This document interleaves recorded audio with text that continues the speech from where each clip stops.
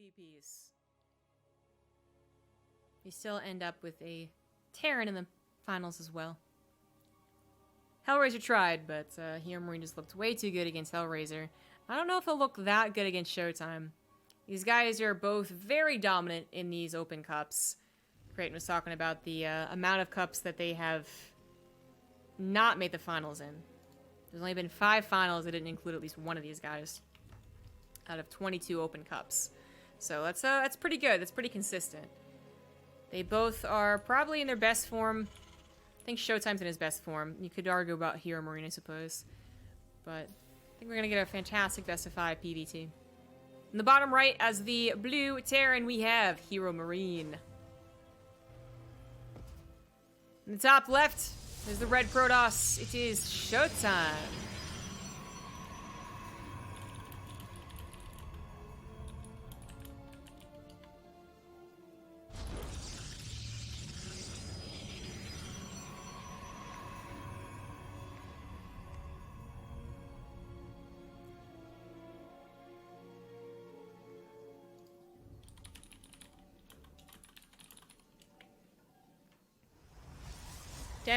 Definitely recommend watching Jojo Rabbit.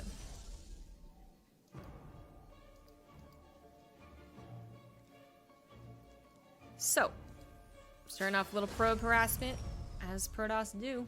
That's what they do. They literally pop out of a little machine back in the Protoss homeworld, and their first order is like, bother the SCV. And the probe goes, meep, warp,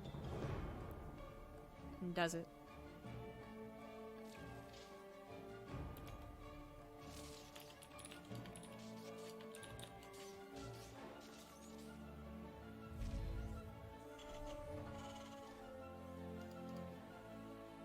Is there just like a Protoss probe printing machine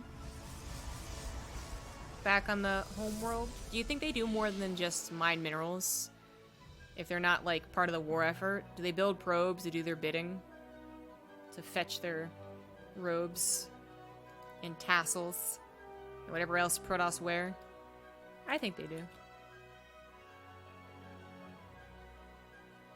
Much money for the winner, 200 buccarinos.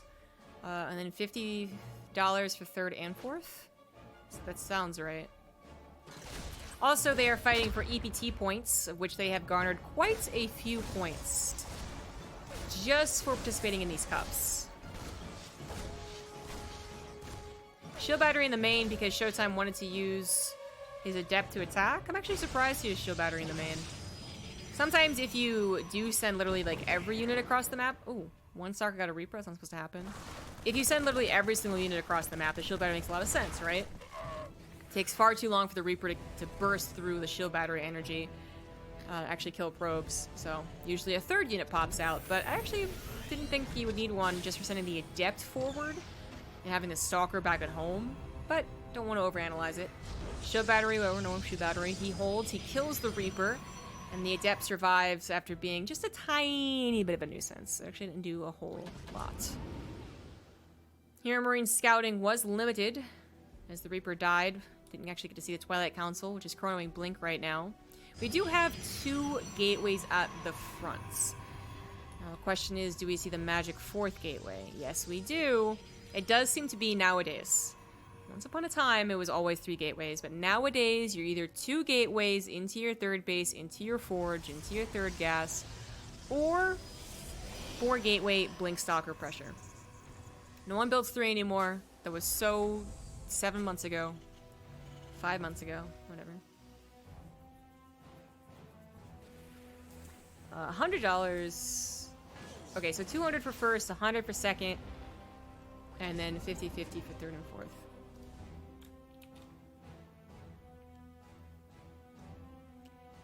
So a single Widow Mine? A single Widow Mine, and then right into that tank production. So a little bit of scouting, little bit of harassment, but a lot more emphasis on getting up defenses against any potential Blink Stalker pressure. It is Nightshade, probably the most popular map for this build, and HeRoMaRiNE is in the dark. And ShoWtime probably not the type of guy to go for a Dark Shrine. Maybe Hellraiser is more of a guy who would do that. So HeRoMaRiNE, I think, is thinking more. more about the gateway numbers. His Hellion sees the gateway numbers, so that's really nice. Immediately upon seeing the gateway numbers, he slaps on a second bunker and a third bunker in the main base, knows he's not quite prepared for this. We did see Innovation just bring all of his Marines to the main and hold, but that was... Honestly, it felt very risky. The bunker definitely is the safest thing to do. Wouldn't Mind Drop doesn't do very much. ShoWTime just simply pulls away, pushes it away. It did live, however, so it could come back.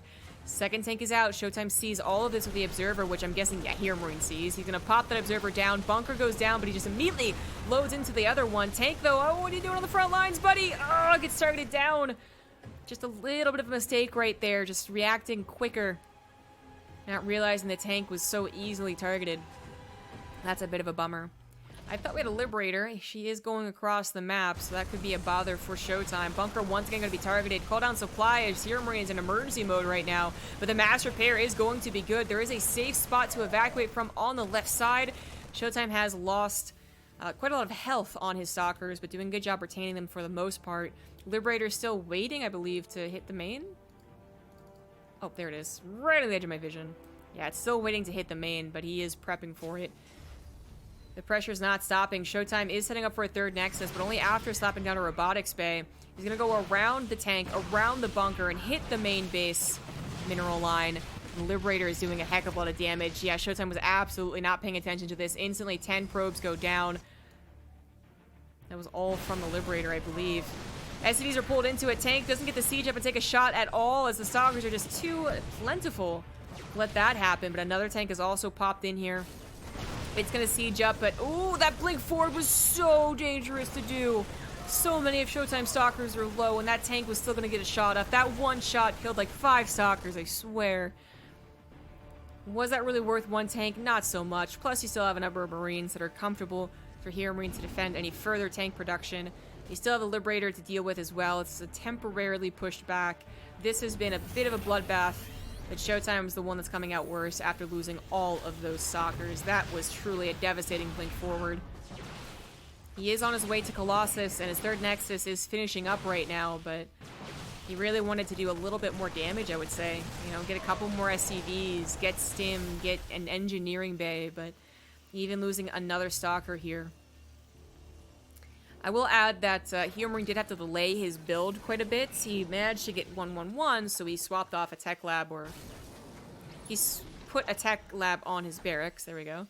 But his third barracks, I think, was a little late to getting a tech lab, to being built in general, so it's not quite the flawless Stim, combat shield, +1 immediate counter. I still think HeRoMaRinE's in a damn good position. Being at the same or even above the work account of his opponent for this long is really, really good. It is going to change very quickly in the next 20-30 seconds, but HeRoMaRinE has a pretty good shot at his first attack doing some damage. I don't know if that's actually going to be enough, though. If ShoWTime is not even going to be pushed, let's actually say that. If HeRoMaRinE doesn't do any push, then ShoWTime will have 2 Colossus, extended Thermal Lance, and Charge. But HeRoMaRinE will be doing a push, just a matter of when. I think that's the medevac from earlier. Observer's gonna see that. ShoWTime doesn't see it, though. His Observer sees it, but ShoWTime doesn't see it. Good pull away, though. As soon as he gets into the natural base, pulls the probes away. It's not gonna be any damage done.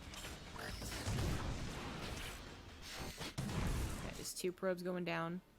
Marine denied some scouting. War Prism is still waiting to go into the main base, and HeRoMaRinE is prepared against that. There we go. His push is ready to go as Combat Shields finishes up. If ShoWTime can hold this first push without too many losses, I do put it back in ShoWTime's favor with his third Nexus being up. But he will be behind in upgrades. He was quite late to that forge. Necessary sacrifice, I suppose, but can he hold against this push? HeRoMaRinE's gonna have the +1 upgrade already. ShoWTime's best feature here is 3 Colossus, but he doesn't even get a bit more time bot. And try and get those tanks siege, try and get some pot shots on the Marines if he can with those Colossus, but already letting HeRoMaRinE siege up so close to his base is pretty scary.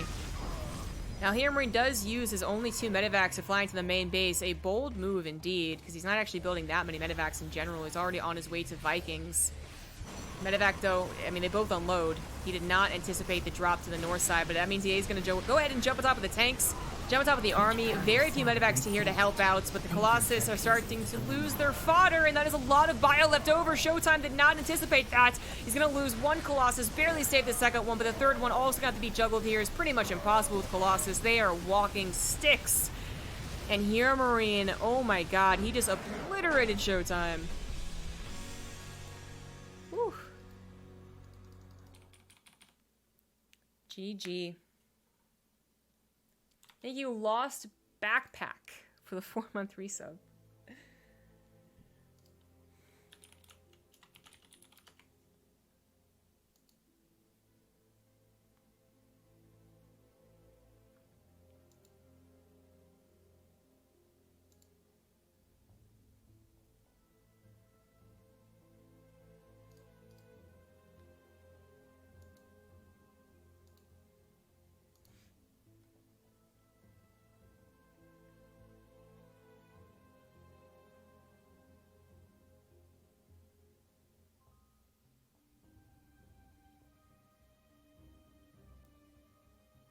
12 months of mandatory asshole training.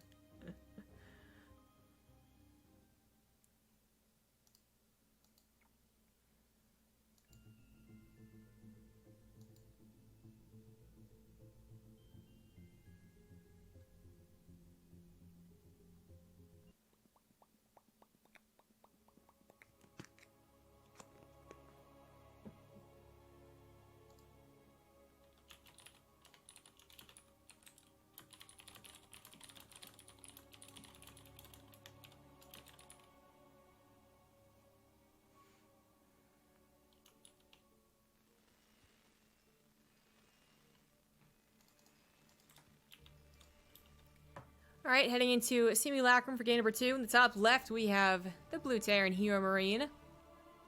In the bottom right, we have ShoWTime.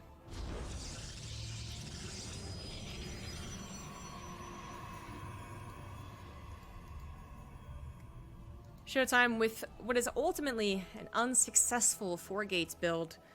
I think it was going okay. Maybe even pretty well. Up until his stalkers just were very, very low health, basically, and he blinked in. I mean, if he evacuates with that many stalkers, or just keeps them on the outside of HeRoMaRinE's base and just says, look at me, I have like 15 stalkers, then HeRoMaRinE, I mean, he probably pushes through them eventually, but that's a lot more units for ShoWTime to depend on for the fight that ultimately ended the game. The one where the Colossus were 2 alone. They eventually got concaved on. And it also is more opportunity for the stalkers to poke and prod while the army is moving across the map. Like, as soon as ShoWTime lost those stalkers, he really couldn't afford to replace them. He was already sacrificing, like, an upgrade to get to those Colossus. He couldn't really also afford to go into a lot more stalkers, make up for the stalker losses. Because also he had lost so many probes. So that was really a turning point there. Maybe ShoWTime thought that was the tank that was sieged, that was moving forward, and thought the blink was safe. Or maybe he thought the blink was worth it, and then immediately regretted it. Or maybe he was okay with it, but it was other things that really caused his problems. Like the Liberator, for instance, getting way more damage than it should have.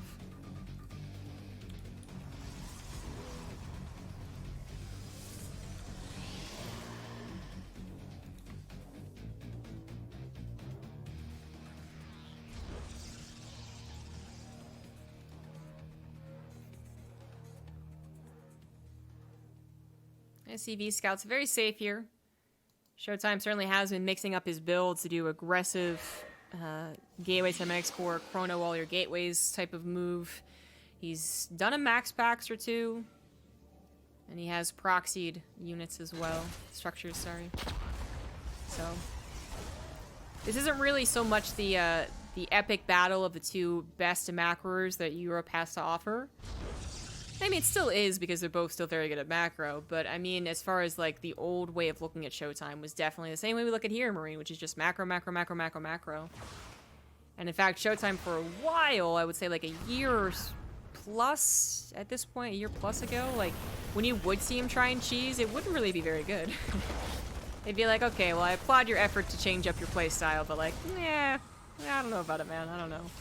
Well, now he's been working on it for so long that he's, you know, just as good as a aggressive Protoss player. He's almost as good of a aggressive Protoss player as he is a macro Protoss player. But I think at the end of the day, he still is, I think even just his character, like if you know ShoWTime, just his character just makes sense that he is a macro Protoss. I think most people would agree with that. But anyways, my point was that the SCV scout might happen in every matchup, in every game here. It also might have been because he had an ulterior plan if there was something different. A alternative plan if there was something different. Because his current plan seems to be going around those 3 racks, which is not something many Terran players do. Alright, like this was very popular for a hot second a long time ago in TvP amongst the professionals. Really something you find more often on the ladder because it's such a... Well, it gets you a lot of free wins, let's be real, on the ladder.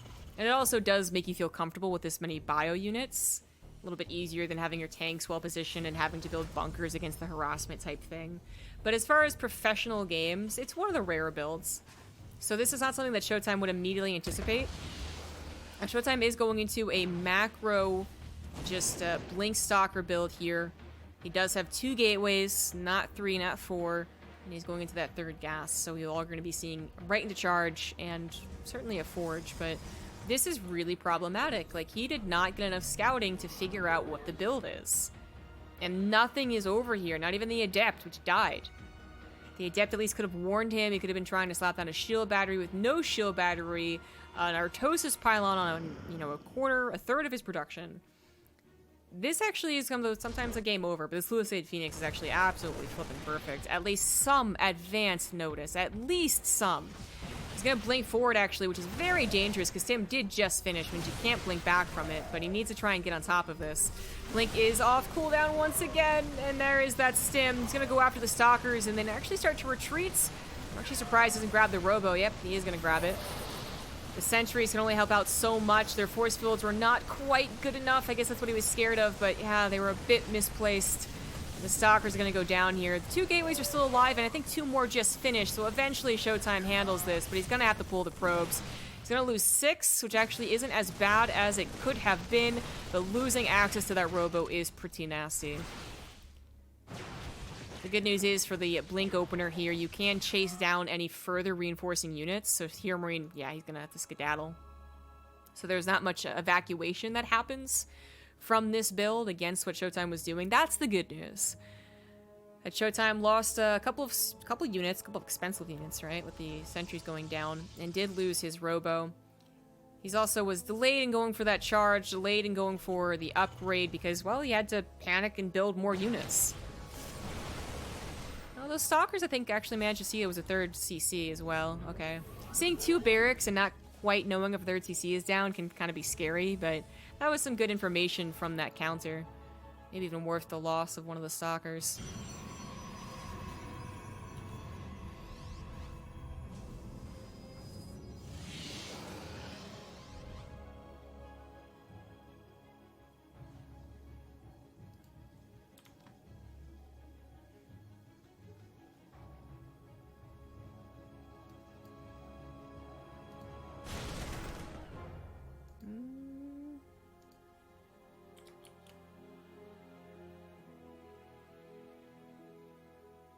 Stalker's trying to keep tabs on HeRoMaRiNE's follow-up push, which is quite nasty looking. With only 4 Stalkers, that's not really going to be able to do very much other than keep tabs on it. But it is the decision that ShoWTime is making here. He's going to go for a lot more Zealot chart warp-ins. He got 3 sentries, so it's 300 gas. This could have been an increased Stalker count, but the decision has been made, and I think it is the right decision. Assuming the force fields are actually good here. You are doing something right, Captain. +1 armor's not quite done, but the force fields will buy that time. This little tiny little Stalker ball here is going to try and help out, but they're even going to struggle to focus down the medevac, given the opportunity. Thank you very much, Joe Pro, for the 8 months. Thank you very much. +1 finishes for ShoWTime. HeRoMaRinE Yeah, actually didn't really talk about this. Interestingly enough, went for +1 armor with that 3 racks as opposed to the very typical +1 attack. I guess something that he's been experimenting with. So now he's getting +1 attack, but the upgrades are even. Ooh, the soccer numbers have increased given the amount of time ShoWTime has bought for himself. He warped in a few more, denies the big drop into the main base, and is fine on his 3 bases, full saturation. Is maybe going to add his gases in, actually saturating them, as he realizes the army of HeRoMaRinE is pulled back. Hopefully he hasn't forgotten it.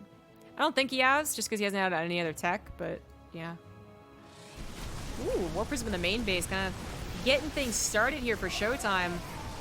Picks up both 3 of them at the very least, but the army is trying to reposition for an actual attack into the 3rd base. Warp Prism is caught on both sides by the army, but that also means that there's 2 armies that he could actually jump on.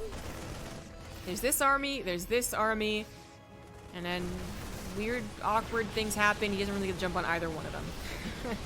Well, now he's going to find 2/3 of the army, but the other third's coming down from that main base. HeRoMaRinE, I think, kind of got maybe a tad lucky here. He has so much army. Oh my god, ShoWTime's going to regret this. Oh my god, even Liberator's getting joined in. I can't believe he's actually continuing to push into this. Like this, really? Like, there's SCVs in here, yes, but that is actually just mostly a bio ball. I am so shocked that ShoWTime kept pushing into that. HeRoMaRinE's +1 also finished kind of at the last second there for the fight, but even with Equine up, even if he had a better upgrade, let's say that ShoWTime was up 1, I still can't believe he was pushing into that. There was a brick wall, okay, of bio. A brick wall. And ShoWTime was like, I'll burst through it. And you're like, ah. You are the wall, ShoWTime. You can't break through a wall. Well, maybe he felt he had to dedicate, but this is not looking so great anymore for ShoWTime. It was looking manageable. And if he had used his army as more of a positioning tactic, you know, trying to take fights when he could, as opposed to forcing one big fight, then I still believe in him. But he didn't do that. He just chose the one big fight. And he's got no other technology here. He went for a 4th and a 5th base, expecting to control the game with his army on the map like that, but he is not controlling the game any longer. Medivacs are very, very low on energy. A couple of storms would have been beautiful here, but he does not have any storms, no disruptors, and his army is getting torn to shreds. Immortals, no longer protected, are easily cut down. As another stem happens again, a couple of storms would have been beautiful. It's the exact scenario where storms are beautiful, but no splash. GG. HeRoMaRinE is a beast. But also, ShoWTime made a very interesting decision to move into that army. It's interesting.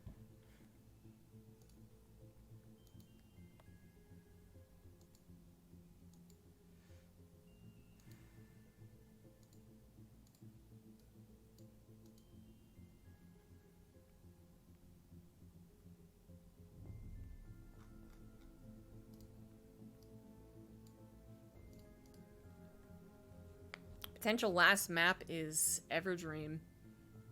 Oh, that's scary.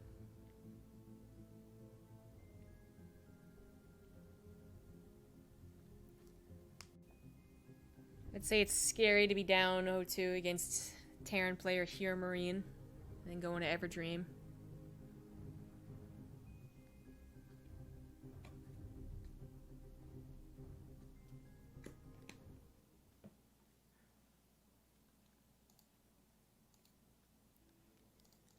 Go, go, go.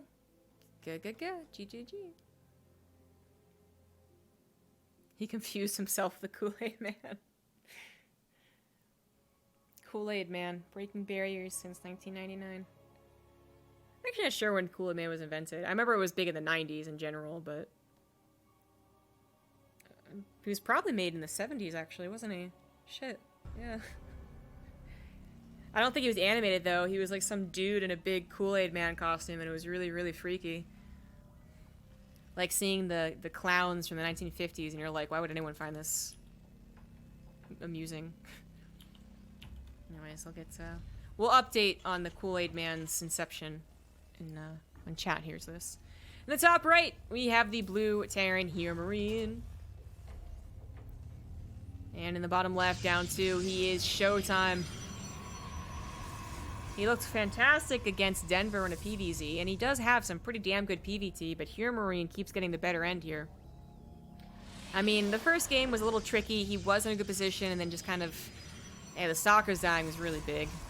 And then in the next game, I think he was in a complicated position, but maybe was okay. 3 racks did its job, but it could have been a lot worse. And still was in a an okay position. He could have played out a very beautiful ShoWTime, controlling the game, you know, great decision making, great minimap awareness that we've seen him play, but instead, again, over-dedicates with his army. So maybe this is kind of a series where it's like, does ShoWTime over-dedicate with his army or not? Maybe that's the biggest question we have.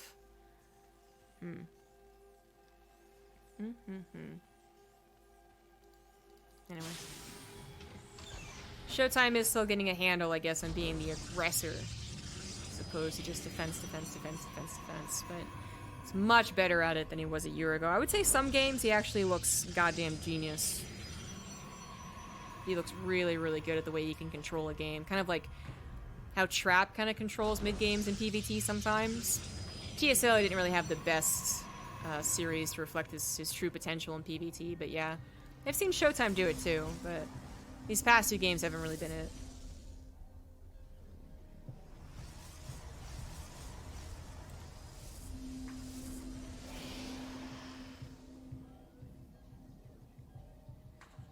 Starcraft, what is a better place when Gabe is on form?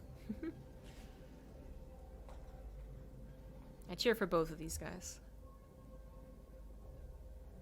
1927? Are you real?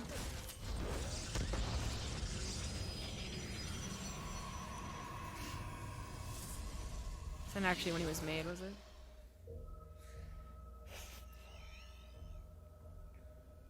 In the 80s, Kool-Aid came with cocaine to help all of the people on the on Wall Street. It's a true fact coming right from my mouth.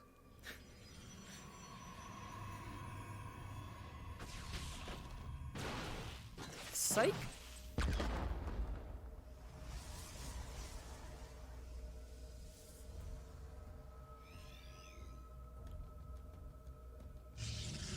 Ew, ShoWTime. I said it in the first game. Not exactly the type of guy to go for a Dark Shrine. At one point, Zest wasn't a guy who went for a Dark Shrine. Now that's really changed. No. They, of course, Protoss have always gone Dark Shrine in PvZ, but PvT builds, it's usually a lot more all in, really. Yeah, like PvZ, Termina Archons, boom, you got yourself an Archon drop, which has kind of fallen out of the meta. But yeah, it's, you know, it's fine. PvT, if this gets slammed down, you know, just like HeRoMaRinE did against Hellraiser in the previous series of HeRoMaRinE, you're in a lot of trouble. A lot of trouble. Now, it's different than the Hellraiser build. Hellraiser proxied a pylon, which is already suspicious enough, and had the probe stay there too, which is just like hella suspicious. Then, of course, the gateway came down, and HeRoMaRinE also scouted that. So he already had figured out what it was pretty damn early on. In this game, you really have to kind of just be on edge. Wonder, you know, start guessing how likely it is for this opponent's ShoWTime to go for DTs. He sees 3 gateways, which is a bit odd. He knows that the Twilight Council saw gas is being taken. Yeah, the only thing that really is a little odd to see are the 3 gateways instead of 2 or 4, but he is holding on to the scan. Like I said, between 4:30 and 5, hold on to your scan. Hold on to your bits. And the question is more, do you have enough units to combat the DTs? He does indeed. He's got one in the main and one in the natural. Scans, that is, sorry. And the DTs, well, one of them dies. Another one gets picked up. This one needs to be wary. Another scan is available. Accidentally walked into the first one, too. A couple probes going down to a Widowmine drop, but the Widowmine drop not being microed could die. 7 SCVs in total. We're about to be up to 8. Nope, quick scan there. He is transferring over into a starport to build a Raven. That is certainly the biggest difference from the Hellraiser game. But he immediately got a Raven, immediately just set back to DTs that weren't in a War Prism. There's so much more mobility here. There's so much more potential here for ShoWTime. He's really trying to make something work. 8 SCVs, a supply depot, a couple of Marines, and of course the Widowmine drop. The drop itself survived, but I'd say ShoWTime did enough work here to make it worth it. He has his Warp Prism still alive. He's always going to have the Dark Shrine technology, and his third Nexus is about halfway done. That looks pretty good to me, especially because the DTs will continue to be a headache. Even with the Raven, even with missile turrets, you also have to just, you know, always have enough units capable of taking down the DT. Unfortunately, no scan was there. He was mere seconds away from a scan to save that DT, but nice snipe there. And the Warp Prism is still very, very healthy. Thought I saw another unit. Ah, there you are. Liberator off to the right side. It's gonna look for some damage. Not gonna find it. Observer was not in surveillance mode. Would not have seen it. Skirting on past the bottom side of the map, but HeRoMaRinE decides not to use it. He's actually gonna join forces with his main army. He's gonna pull the boys as well. He thinks he's way too far behind. And looking at the current state of things, you have to agree. He never got stim started. Combat shields is, you know, a pipe dream, and he is forced all in with the army that he has. Unfortunately, it is one tank down, and could be potential for a base race. ShoWTime has one force field, and that one force field is deadly. Just force field there, and lol Keck Wayer to holding. The Raven could actually interference matrix the single sentry, but I don't think that'd be worth it. Second sentry's here. Again, maybe try and get rid of the sentry's powers of force fields, but yep. Tank's gonna have to be sieged up. Just one tank, so sentries will have to move, even still. Liberator goes in the main base, gets a couple of probes, but we are talking about the end game here. Like, HeRoMaRinE has to end the game with the SCV pool. Or kill maybe like 2 Nexus, and then we're talking? I don't know. Bunker's not gonna help very much, and HeRoMaRinE doesn't even really give the fight its due. He just taps out. GG. DTs, man. DTs.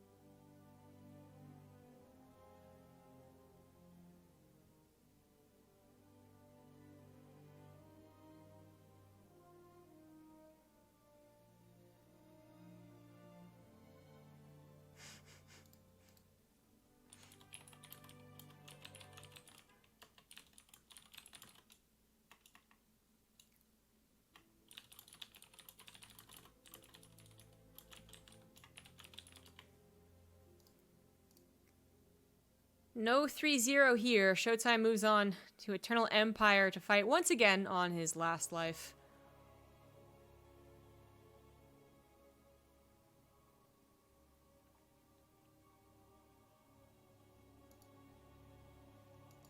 Sunny D was the orange drink all the cool kids had? Ugh, God, no. You might be right, but I was a cool kid, and I hated Sunny D. Sunny D was the drink that all the soccer moms brought to soccer practice. I did play soccer, and they literally did bring it to soccer practice, but also any other sport that could be available. I played basketball, goddamn Sunny D. Football, Sunny D. Soccer, Sunny D.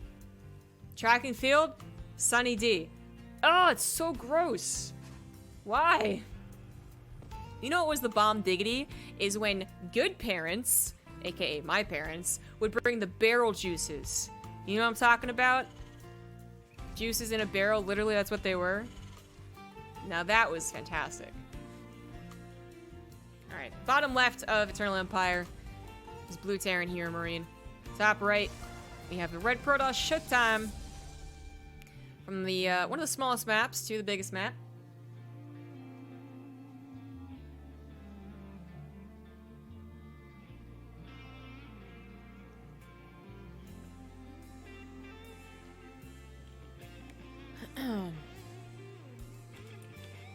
ShoWTime with some DT harassment last game. Not gonna be able to get away with that, I think, this time. It really was such a drastic difference of the intel between that DT build and the Hellraiser build we saw.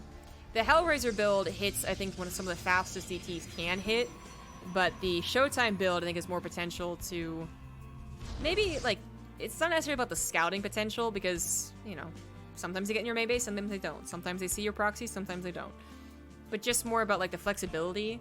The fact that the Warp Prism can provide main and natural attacks compared to just the natural attack.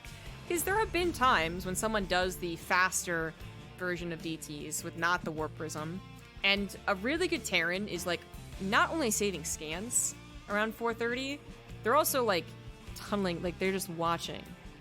Hawkeyes are on, alright? And they're just watching for the shimmer and the natural. And if the DTs are scanned there, it gets really, really sucky. Or at the very least, ShoWTime was capable of forcing a scan, running away from a scan, picking up from a scan, forcing another scan elsewhere. It gets very complicated very fast.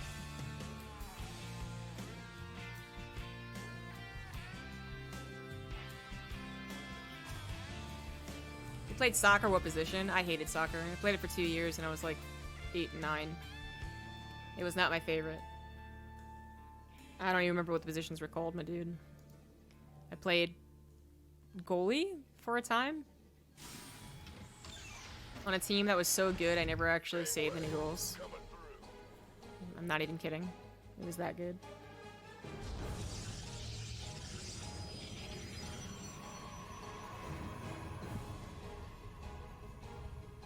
You get playing Cast Starcraft 2, you never were the cool kid? Are you kidding me? I mean, I like your joke, 10 out of 10 joke, right? Because we're all nerds. But you think you look at Tasteless and you don't think that he was some, like, punk scene kid just because he was also a nerd? You look at Tasteless with his bright pink hair when he was 20. Excuse you? I was a cool kid in elementary school and somewhat into middle school. I hung out with the cool kids. I was one of the best players in kickball and dodgeball, which gave you a lot of street cred. I had Lunchables, alright, because both my parents worked, and were, you know, fairly well off. I was a cool kid. And then I got into video games and hanging around with other nerd chicks, and definitely wasn't a cool kid from then on out. So the fake Oracle is actually so cool. Usually it's just kind of like a, oh, maybe you'll trick them. But ShoWTime actually hit a Stargate back here in the natural, which is actually going to really help against the Hellion Marine attack that HeRoMaRinE is doing. The same one he did against Hellraiser on this map, so just likes it here. However, the Phoenix need to actually respond. He doesn't see the Hellions. They're dropped off the main base in a dark corner, and the probes are going to get barbecued. The Phoenix instantly react, coming to save the day. They will pick up one of the Hellions, which instantly takes away their one-shot power. Meanwhile, the Stalkers and the Sentry in the natural are trying to handle the Marines, but join up with the Medivac. It was a little more complicated. The good news is the Hellions were finally all taken out, and only 5 probes and a Stalker went down. Now the Phoenix can control the skies as well. This was a very big surprise for HeRoMaRinE, who probably just really was not anticipating the Stargate. You know, he saw one gateway at the front and no Robo, or the Robo was actually building, sorry, and he was like, wait a second, and then the Phoenix appeared, and he was like, oh. And that was a nice hold. ShoWTime takes a third Nexus and goes into a robotics bay to get up to those Colossus, but now the Phoenix can start to do their damage. Looks like HeRoMaRinE was very quick about building a missile turret, though. As soon as he saw that was Phoenix, seems like he built that missile turret. Very good response.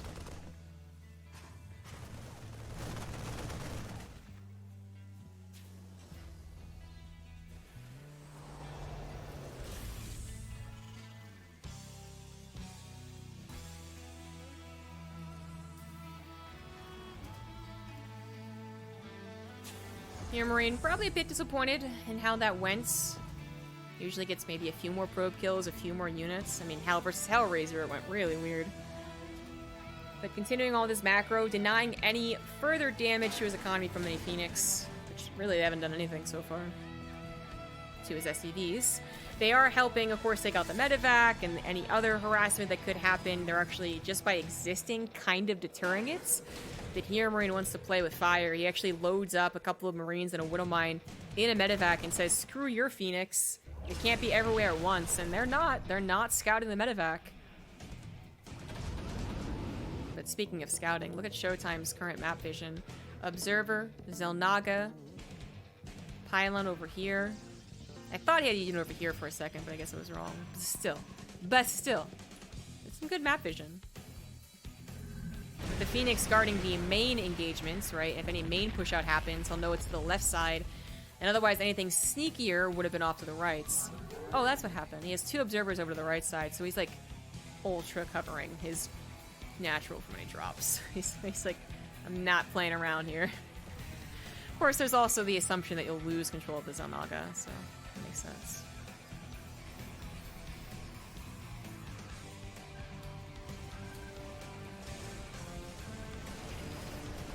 Phoenix don't get in here in time to stop the drop, and Sim is ready to go. Combat shields and +1 as well. HeRoMaRinE is hitting with a very typical timing attack, but just kind of complicating matters with the medevac drop. Also, a medevac drop to the main base. Colossus will deal with the natural and then head on to the main base. Rest of the army deals with the third of the army left of HeRoMaRinE, which tried to get into the third base, but didn't really work out. So far, so good. Maybe bringing the pros back a little bit prematurely, or hell, maybe the Colossus a bit prematurely. The Marines jump on top of that and actually kill the Colossus. Well worth the price of admission into that main base, which was just a handful of Marines. The Phoenix numbers, they weren't fast enough to deal with this. Maybe they'll still clean it up, but HeRoMaRinE got a very nasty drop in that main. The Marines could even get one more Phoenix. Oh, it'd be so good. They still get it very, very low. ShoWTime thrown back down to 2 Colossus is forced to build another one. You really want 3. It's kind of the magic number now. HeRoMaRinE does only have his third base down location now getting saturated, so do keep that in mind. ShoWTime has been pretty happily mining away from 3 bases pretty much the entire time these engagements were happening, so that is still very good news for him. As far as the 1-to-1 trade, though, for that main base issue, certainly better for HeRoMaRinE.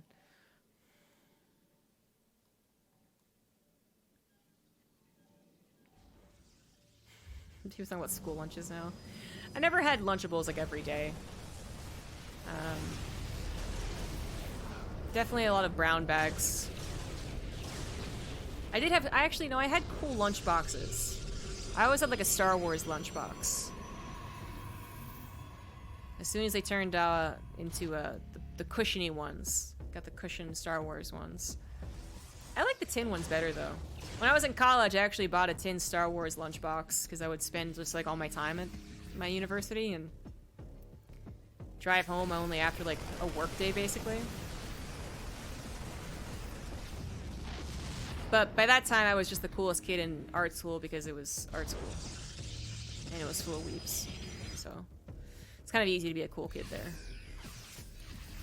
Is it true that US school lunch is gross? Yes, it is. It really is. I actually went to a very good school with a lot of funding, and the lunch was still pretty gross. I usually just bought a mini bagel. Anyways, back to the game. ShoWTime trying to get to the 4th base. Another very difficult portion of this matchup is grabbing this 4th base. You have to prepare yourself against a main attack to the left, as well as still be scared of the drop potential to the right. Big EMP on those charge lots, or I would say would-be charge lots. Uh-oh, charge is quite far away from finishing, and HeRoMaRinE knows that. They are slow. This is actually really bad. I didn't notice he was so late to charge. I'm actually really surprised he got Blink first, but I guess his Phoenix numbers weren't really convincing.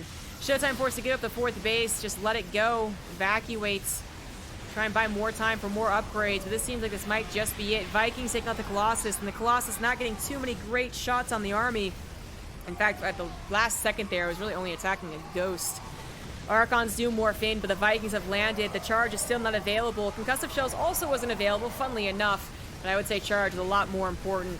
The number of units left over for ShoWTime does not look too convincing here as HeRoMaRinE just storms through, and that is going to be GG. HeRoMaRinE takes the 3-1 over ShoWTime and continues to mark this as his territory. I'd go with that analogy if it wasn't gross, but I won't.